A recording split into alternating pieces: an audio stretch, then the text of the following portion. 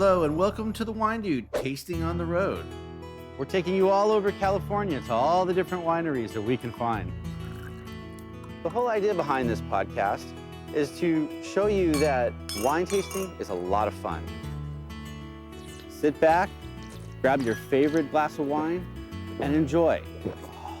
So we have a really good friend that's a great pilot, Captain Brent, who took his huge plane. It held 4 of us. Barely. I had my trusty Boda bag, and off we went. We landed at the Charles Schulz Airport in Santa Rosa. This is such a beautiful area. It was quite an adventure. But enough of my yakking.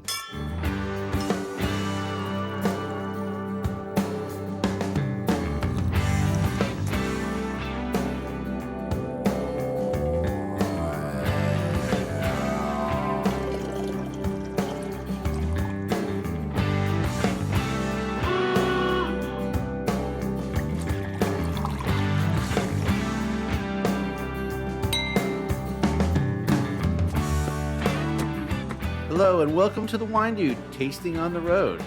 We're up here in Sonoma visiting Gundlach Bundschu Winery. This place rocks. Established in 1858, this place has one hell of a history. It's 150 years old. 150! Now that's a lot of grapes.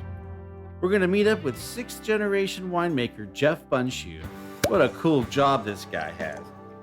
We're going to taste some wine, do some barrel tasting in these kick-ass caves. Oh, and by the way, they have a great place for us to go eat dinner. Up here behind me on the hill is their amphitheater where they show movies under the stars. So let's go into this century-and-a-half-old building and drink some wine, damn it. Follow me inside Gundlach Bundschu Winery. Welcome to the Wine Dude Tasting on the Road. We're here at Gundlach Bundschu Winery with Jeff Bundschu. Thanks for coming. Did I say your name right? You said it right. I didn't even have to say Gesundheit. Really? Do you say Gesundheit like? Well, you know, Bundschu, yeah, Hachu. But you said it so perfect that that's exactly it. So, you've got quite a place here. Yeah, this winery's been in my family since 1858. So I'm the 6th generation to grow grapes and make wine on the same property. Wow, very cool. Yeah, it's a lot of years of toil. Actually, this was an outpost. The vineyards were purchased from the Mexican commandant's son-in-law, you know, the Mexican commandant who got all this land in exchange for giving over power to the Americans when they took over the state of California. The family was located in San Francisco. So for the first 50 years of the winery's existence, the grapes were grown here, the wines were made here. Then they were shipped in bulk by barge down to San Francisco, where the winery prospered. So this was more of an outpost. We then, though, had the 1906 earthquake that refocused the family all the way back up here to Sonoma, where we all moved, and it's been here in its entirety ever since. So the earthquake of 1906 killed the winery, basically. Essentially, it was the beginning of the end. I mean, there were over 1 million gallons of wine stored in San Francisco that were all destroyed by that earthquake. But Prohibition is what really killed the winery. Oh, man. Brings a tear to my eye. So the mission of our winery now is to grow our own grapes and to make wines from our specific contiguous vineyard here. It's called Rhine Farm. So it's a state bottle, meaning we control it from dirt to bottle, but it was named Rhine Farm by my great-great-great-grandfather. So you don't have any grapes from elsewhere, you keep everything here on your estate? We have, in total, about 80% is estate grown. In the tasting room here, about 80% is what you'll see is from our estate. And then we have a small tier that we sell outside the tasting room that is absolutely non-estate grown. It's called Block 13. It's got this pretty woman on the label. That's how you differentiate it. So you, are you thirsty? I'm way thirsty. I'm looking. Don't I always look thirsty? I don't want to deny the wine, dude. Why does everybody say that? That's it. So I brought some wines here to taste, but before we do that, I want to talk a little bit about the vineyard. This is our estate vineyard. This, in fact, is the Napa County line. Our estate vineyard is technically in Sonoma Valley, but it's tucked up against it. This is the Mayacamas range, separating Napa and Sonoma. But in general, when we taste the wines, we're tasting all the wines that come off the vineyard. We're standing right here in the tasting room. When you visit the winery, you drive up through the vineyard here, we have it divided in two sections. Lower section is where cool climate, high acid varietals grow. So the Chardonnay and the Pinot that we taste today are going to be from down here. All the hillside is going to be where the Cab, Merlot, and Cab family varietals grow. They're all southwest facing, so despite the fact that we're cool, they bake in the afternoon sun during the growing season, and that's essentially what makes the wines taste the way they do. All right, cool. Taste through them. So we're going to start with our 2003 estate Chardonnay. It's called Rhine Farm Vineyard, but that's all estate. This is grown on the lower section of the vineyard. Pretty. As my grandmother says, and she was called upon by a wine writer once upon a time to describe a wine. She said, well, it's white and it's wet. But hopefully it brings up a little more than just that here.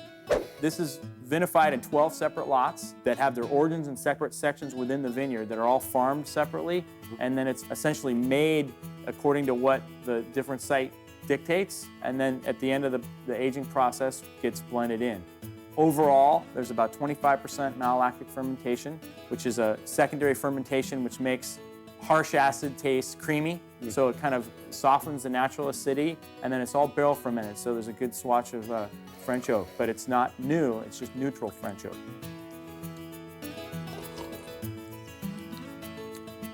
I like that. Very interesting. It is an oak, right? It is an oak, yeah. Our philosophy here is that oak plays a bass line in a song. You know, a great bass line doesn't dictate the song, but it totally supports it. And you know that if you ever were to take that bass line out of the song song would fall apart. Right. I'm a bass player, so I pay attention to that. Really? I'm a bass player too. I shouldn't use the word player to describe my ability. I'm a bass pounder, and occasionally it sounds okay. You can appreciate, you know that the bass walks out of that song and there's no song. At least if you're a bass player, you feel See? that way. There you go. That's the secret life. What's notable about this wine is it's grown in a real mineral component. The soil has a subsurface gravel component of over 60%, which in layman's terms means there's a lot of gravel under the soil, easily drained, and adds to the mineral quality that you get in the flavor profile of this wine. It's very good. Thank you. That was a Chardonnay. Yep. We're going to stay on the lower section of the vineyard. I pointed that out, so it's relatively flat, clay loam soils. It's also a very good place to grow Pinot Noir. Not Pinot Noir. The Pinot Noir. The Pinot Noir. Yeah. Do you guys grow any Merlot here? We do. We're going to get to our Merlot. All right. Our Merlot kicks ass. Absolutely. You know what? Merlot does kick ass. Despite what the movie said, I don't care. Believe me. I mean, we're up here in the far north, Merlot. You know, we call ourselves the Merlot Avengers up here. All right. We'll 5 on that. All right. We'll talk about that when we get there. Okay. But we're sort of torn because we love Pinot. You know, Pinot. You love Pinot. I mean, you know, is Pinot going to be the desert island wine? Hopefully, I'm never asked to make that choice, but I'm not going to deny that it could be. You know what? If you're stuck on a desert island, any wine is going to do good. That's exactly right. That is exactly right. Ah, yes, Pinot.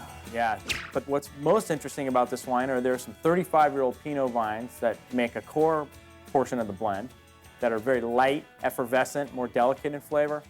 Then there's some new 8-year-old vines that are the new clones that came into this country recently and are sort of what is making Pinot as hot as it is.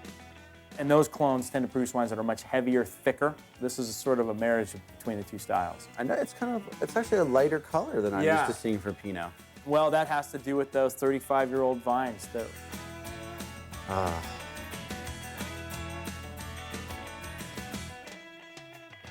Oh, that's good. I like this one, Sean. Very good. I like it. We were noticing on the way up here, too, there's some really thick vines. Yeah, our vineyard was replanted in 1968, thereabouts. There's a natural bug that lives in the soils of California that kills grapevines, called phylloxera. And the rootstock AXR1, the way we've gotten around it over the years, the wine industry, is by cutting the vines that we want from Europe, the vinifera vines, which are the Cab, Merlot, Pinot that we have, and grafting them onto a rootstock that has some sort of a native resistance to phylloxera, this root louse. Well, in 1968, when we planted all the vineyard, that resistant rootstock called AXR1 that was brand new, and my grandfather didn't trust that it was actually going to work. So as a result, we used all original, tried and true phylloxera-resistant rootstock in all our vineyards.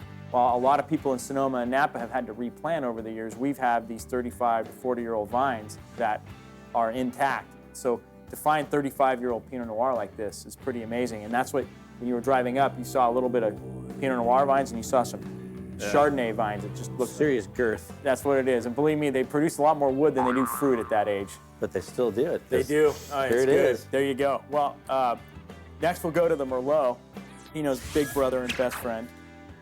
On our vineyard, most varietals are planted in close proximity to one another. It's a distinctive estate. I didn't talk too much about the elevation and the terrain when I had the map up here. Usually you would never necessarily see a Merlot or Cab grown in decent proximity to Pinot, but because of the site, we get away with it. Merlot is a true field blend from different spots. Because that map I showed you, it's actually 1.5 miles long, the property, about 400 feet elevation gain. So there's a lot of variety, and there's Merlot on all portions of it. Yeah. That smells really good. There's about 3% of Cabernet Sauvignon. Okay. But for the most part, with all of our varietal wines, they tend to be 95% pure varietal. I mean, Merlot was sort of everybody's love child there for a while. Planted everywhere.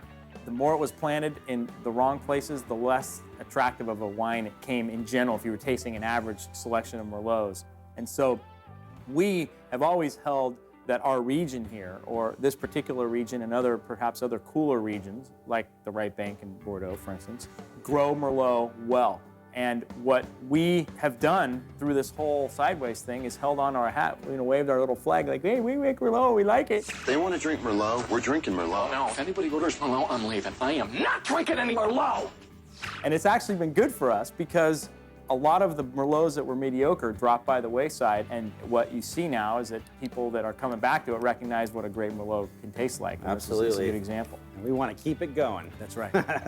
What you get in this Merlot, the reason we stand by it is that great earthiness, that mineral character. Nice round flavor to it. Yeah. Yeah. These wines tend to be pretty approachable young, but then they also age well. So that's essentially what the family's philosophy is. Just reflect the vineyard in the wine and then make sure it's just a great representation of all that's good, not any one thing that's better than another. And I heard that your wines age quite well. Is that true? They do. You're referring, I think, to the fact that we drank a 100-year-old bottle of wine for this earthquake commemoration that I mentioned. I was happy to not go blind after tasting it, but it actually had some fruit and some structure to it. 100 years. 100 years later. That's it was cool. Very nice. I hope I can age that well, I'll tell you that. So next we're going to go to our estate Cabernet. And estate meaning that everything comes from here. Everything comes from here. That we actually control the farming. And that's a pretty big deal because the way you farm and tend the vines tends to impact how the wines end up tasting. So if you're a grower, you tend to get paid by virtue of the volume you produce. And sometimes that goes in conflict of what a winery would want because the more volume you put through your vineyard, the less intense the fruit's going to be. Right. So as a winery that owns our own vineyard, we can control our own volume, control our own intensity, and farm it the way we think it's going to bring the absolute best fruit from our vineyard. So much better quality control. We'd like to think so, for sure.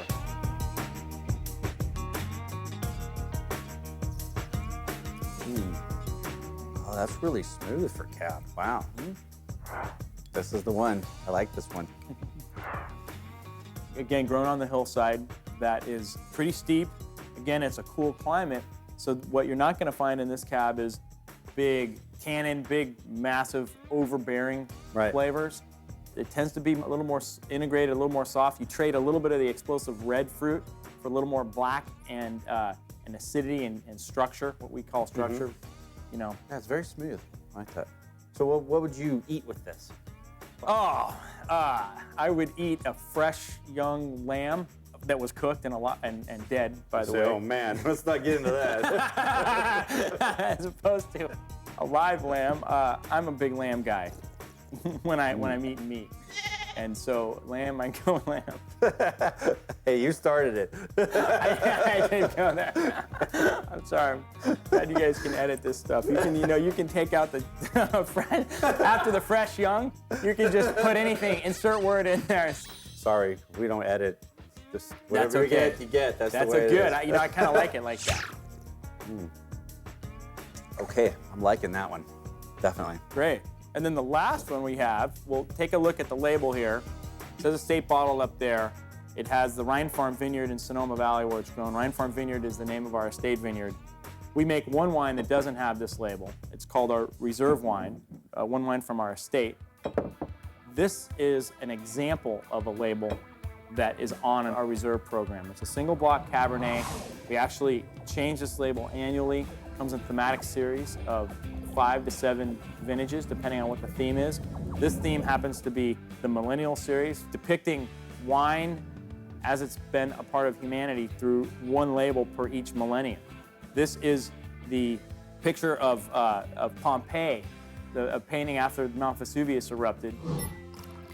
So now, were these like from famous painters, or this just a local painter? Well, this is actually a reproduction of what was found on the wall at what was technically an ancient wine bar. Oh. This proves that people were sitting in wine bars talking about world problems thousands of years ago. You think they have fresh young lambs there?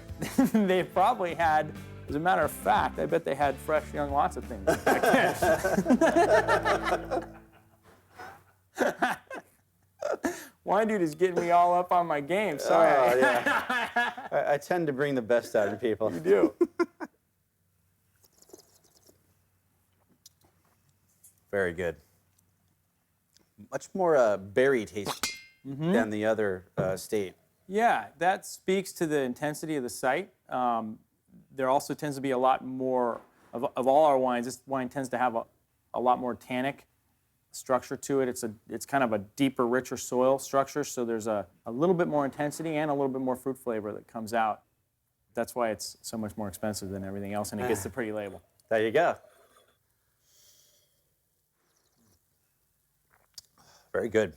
That one's more like a steakish. That's right. That's exactly right. I love red wine and steak. Yeah. There's something about it. There you go. Very good. I think we're going to go over to the barrel room. Yeah, that's right, the cave. All right. Oh, the cave. It's a cave. Oh, I like caves. There you go, very good. We are now walking into our 10,000 square foot wine cave where we age most of our wine in barrels. Cave, oh my God. So this is what we like to say is our bomb shelter. In the event of an earthquake, if we have this is where we want to show up with a straw. And we've got about 1,500 barrels in here. All of our wines, with the exception of our Gewürztraminer, which we didn't have a chance to taste today, see time in this cave. So about 80% of the barrels we use are from French oak, so oak trees grown in France, and then 20% are from American oak, from trees grown in Missouri and Kentucky. Essentially, barrels for us, again, we talked about oak. They're supposed to support the flavor in our estate wine and not override it. The temperature in this cave stays the same within 4 degrees all year round. So in the summer, it's the coolest place to be. In the winter, it's the warmest place to be. All right, cool. Is there any bats in here? There are no bats. There are no bats, except in Halloween when they're made out of paper mache. Oh, okay, good. They like me. Very good. Humidity, believe it or not, is a big deal in wine aging because these barrels let a little breathing happen, so the wine accelerates its age. It kind of goes from being harsh when it's really young, and the barrels help mellow it out. But humidity, actually, if the air is too dry, it sucks the water right out of the barrel and increases the alcohol. And we're going to go about the middle of the next block down here, the next rack. So we basically, everything goes from production to barrel, and it's all pumped underground from the winery here using very gentle gravity flow pumps, and they end up, or not gravity flow, but air pumps, and they get stacked in these barrels. I'm looking for a lot. We're going to taste some Merlot. Merlot, woohoo! Okay, so we're here at the barrel. Yeah. I have to ask you a question. I've Sure. asked many winemakers this, many wine owners this. What's this called? That is called a bung. A bung. Kind of like Bundschu, but there's a G there, bung. Well, what happens when you take it out? What does it sit inside? Oh, you're looking, you think the the hole that it's sitting in? The hole that it's sitting in? Are you being funny? No, I'm being serious. It's called the bung hole. The bung hole, that's what I wanted to hear. Okay. You know, like Beavis and Butthead. That's right, That's babe. exactly what we're talking about. We just finished talking about the bung hole. Indeed. Now let's get to the seriousness. So with wine, the idea, when it gets through fermentation, when it's fermented out on a stainless steel tank or in a punch down, however we do it, it tends to be really harsh, a lot harsher than what you'd want it to taste like if you're going to try to serve it at a dinner party. So sticking in a barrel, aside from adding flavor to it, also tends to soften some of the acid and some of the harshness of the wine that's just natural as it's young. So that's why it's sitting in here. We're going to taste some pretty Yankee Merlot off a block called La Loma, which is on a hillside section of the vineyard. And it's going to, it's basically 2 years younger and with less time to mellow out, essentially, than any of the wines we tasted in the winery. Now, what's this? This is called a thief, as in the cook and her lover, his wife. You know that movie? Right. We have to make sure we clean it. Barrels hold about 55 gallons of wine, and they sometimes, hopefully not very often, can get infected with bacteria or something. So we like to clean anything that goes in there and clean it when it comes out with vodka. So in case you're thirsty for something else besides wine, you can always take a sip off. Let me hold that for you. There you go. So what we're doing, we're just going to pop that in here.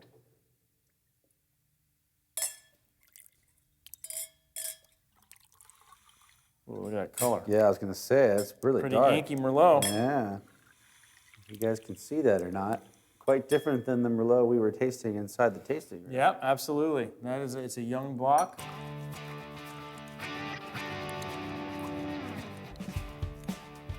Pungent. Pungent. Wow. There's a good little funk in there.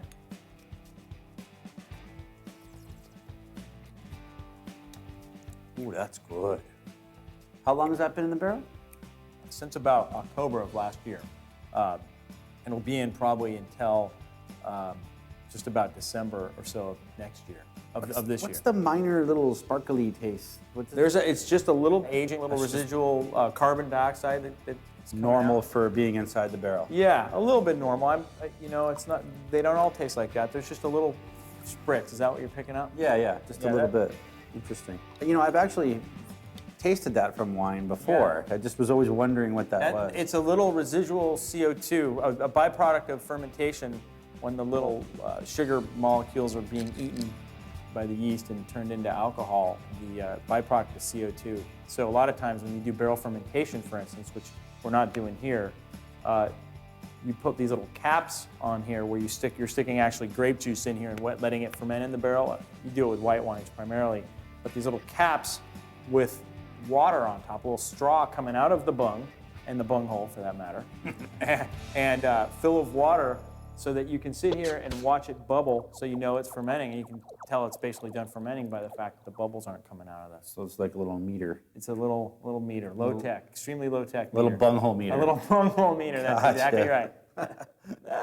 So one of the things that I haven't shown you is we do more than aged wine in here. We do throw some parties and have some meals. And so there's a room that doesn't have any wine in it, but does have a big table and a dining area. So before we go, I wanted to make sure you got a chance to see that, in case you guys ever come back up here and have enough time to throw a little meal down. Well, if you want to invite us up, we'll come. Notice that we have some light bulbs out here. This is on purpose so that, the bun squeezing can happen in private. Well, don't look at me.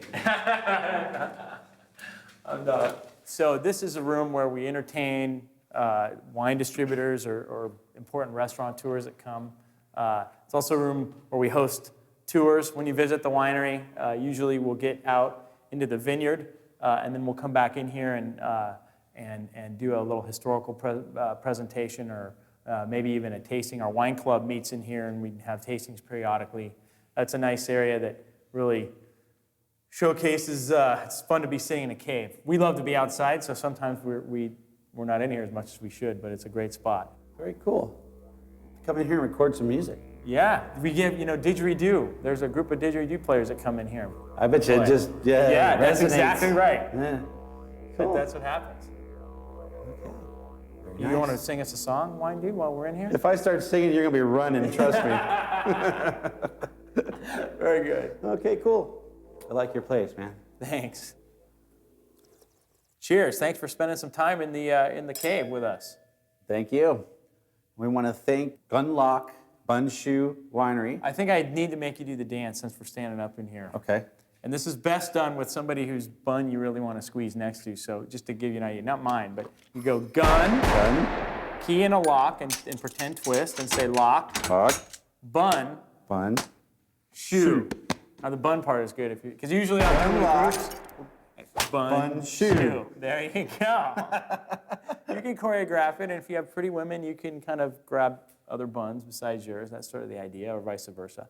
We don't have any here to grab? No, we don't, unfortunately. Okay, well, we'll let you go on that one. Okay, cheers. Cheers. This is the Wine Dude inside the cave at Gundlach Bundschu Winery. Hey, thanks for coming. Joining me here at Gundlach Bundschu Winery. This place has some smoking wine. We tasted in their 150-year-old tasting room. Barrel tasted in these killer caves. Had a great time. They got some great cabs and reserve wines, but their Merlots were awesome. So to get to Gundlach Bundschu Winery from San Francisco, take Highway 101 north to Highway 37 east. Take 121 north towards Sonoma and turn left onto Highway 12 into Sonoma. At the Sonoma Plaza, turn right onto East Napa Street. Turn right on 8th Street East. At the Gundlach Bundschu sign, turn left onto Denmark Street and follow it around to the gates of their winery. Gundlach Bundschu Winery is located at 2000 Denmark Street, Sonoma, California 95476. You can follow Jeff Bundschu on Twitter at twitter.com/SonoJeff, SONOJEFF. You can visit Gundlach Bundschu on the web at gunbun.com. Check out our site at thewinedude.com or become a fan on Facebook, tinyurl.com/winedude. You can also follow me on Twitter at twitter.com/thewindude. Oh, and don't forget to subscribe to me in iTunes and tell me what you think. And last but not least, you can call me toll-free at 877-455-9211. It's a beautiful place. You'll just love it.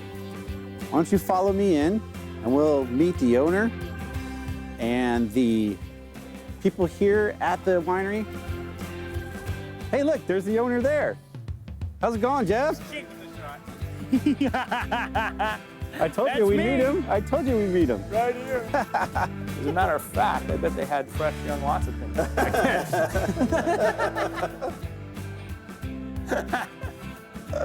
Wine Dude is getting me all up on my game. Sorry. Yeah. I tend to bring the best out of people. You do. And we're here with Jeff Bundschu of Gundlach Bundschu Winery. Go ahead and say it. Gundlach Bundschu. Slap my rear a little too hard. That's okay. I know it's a podcast. We let that happen with the Wine Dude. Very good. We're here tasting with the Wine Dude.